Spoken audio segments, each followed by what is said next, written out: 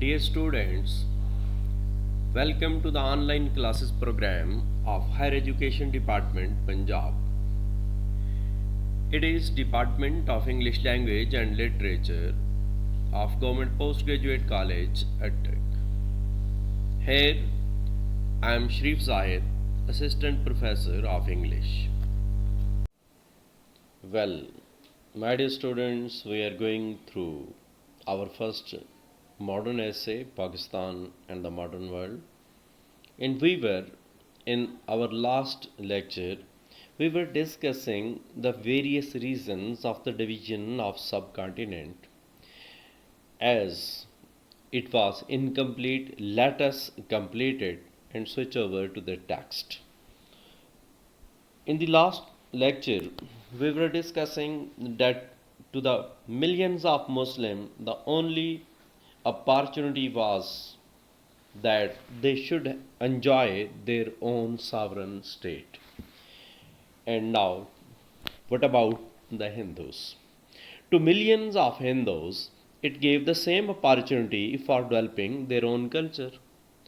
If these two homelands are separated and they are given independence of their own, so untrampled by the constant discontent of a large and unmanageable minority.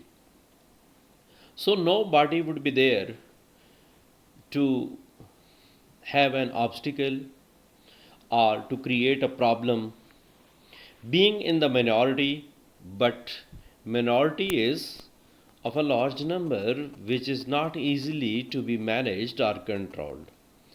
From the point of view of the world peace, the creation of two independent and comparatively homogeneous states instead of a single uneasy and unwieldy state with great strains and stresses within the body politics was the greatest contribution that would be made towards the creation of a stable new Asia. Now, if the world wants to see peace in Asia, so it seems reasonable that this region ought to be divided into two states so that they could be managed quite easily. Whereas keeping it as a single state would always create the problems. Peace loving men and women who today lament the strained relations between Pakistan and Bharat, and none laments them more than we do. So, if the relations between these two countries are not good enough, then who the other person is there to feel sorrow? We, the Pakistanis, are more than any other nation of the world, but should at least have this consolation. So, if there are certain peace loving nations, and of course there are in the world, so they should be satisfied that had Pakistan not been separated from the rest of the British India, far more serious and dangerous cracks would have appeared. Had we not won this independence, in that case, so there is a liability that many differences would have created in that subcontinent, resulting in untold upheavals. So there would have been so many changes, and we can't predict even about such changes. Potentially, therefore, the creation of Pakistan has by itself dissolved. So while giving independence to Pakistan, so in reality, we are accepting what would have been a perpetual danger zone in Asia, that we have buried the danger zone in Asia. It means we are accepting the power of Pakistan. But it has done more than that. So it is not limited up till here on all the countries of Asia, one after another. So almost everywhere you will see intense nationalism. We are not only the nation demanding this thing. So there are so many other nations who are demanding their own identity, which we are demanding. Great backwardness, impatience, and with colonial rule. As this colonial rule must come to an end, but in many of them, you will also see internal strains. Those nations who are demanding independence, there are problems among those nations as well. But in many of them, you will see also internal strains, moral doubts, ideological conflicts, wavering hesitations, and confusions. So, nowhere else there is a clear concept. There are conflicts, there are certain stresses and strains, and difference of opinion. Halting democracies and ideological confusions create great anxieties. If the democracies are hampered and they do not prosper, what does it create? Definitely, it creates more tension for the governments in Asia, for the people of Asia, and for peace loving and world minded people anywhere.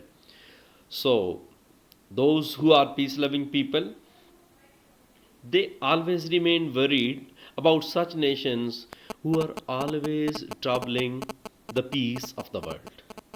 In the midst of these, Pakistan stands unified.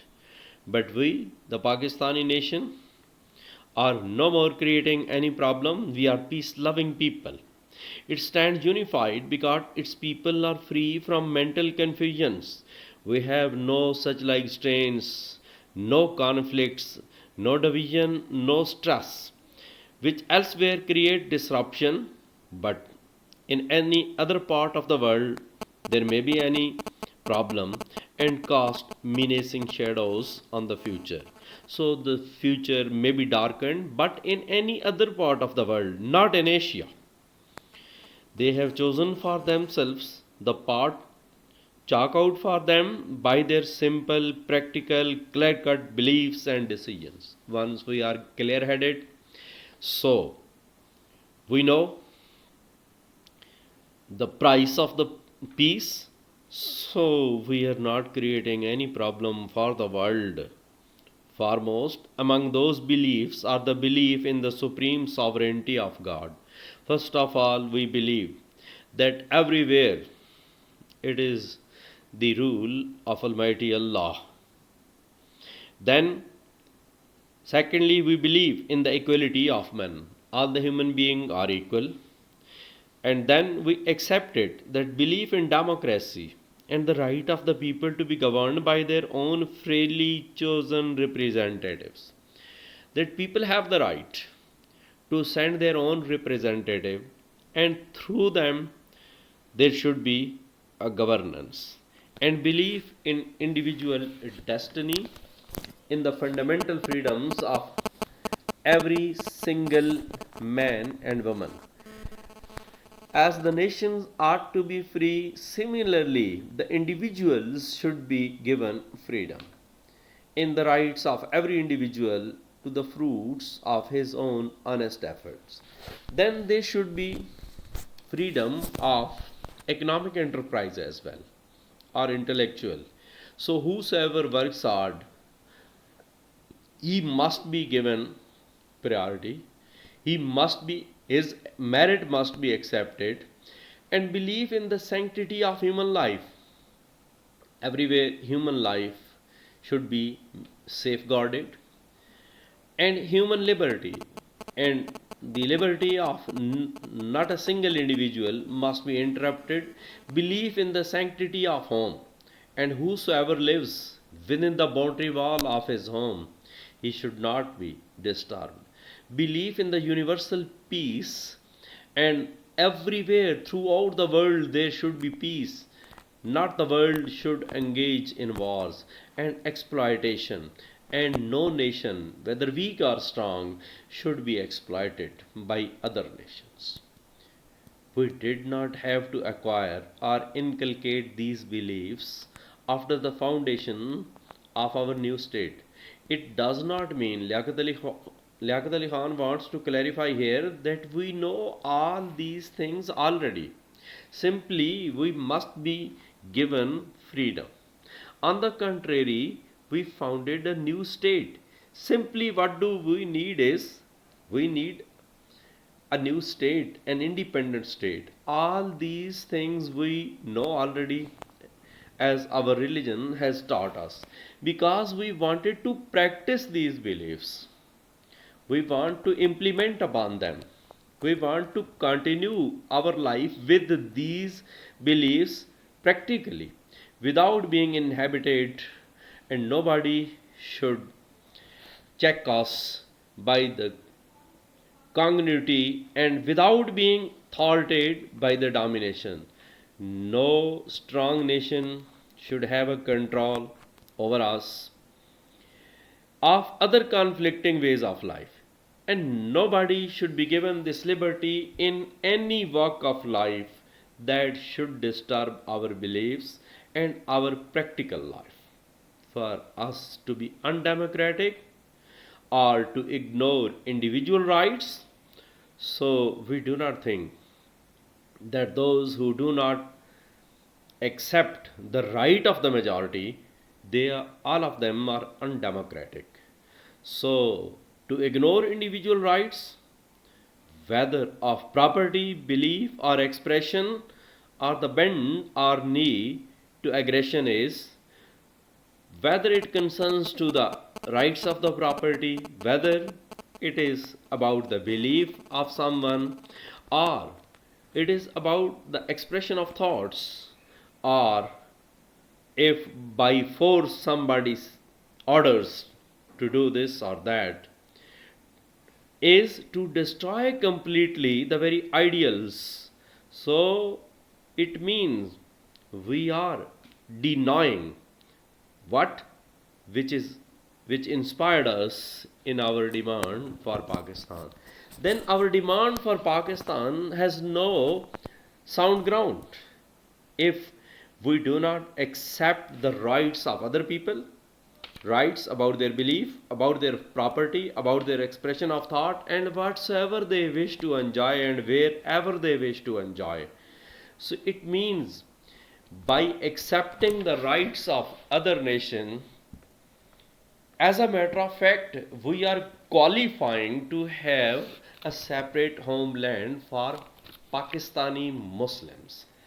So this is the further discussion which qualifies the reasons for the creation of Pakistan, and it will continue in the next lesson as well. Thanks for your happy watching. Stay blessed.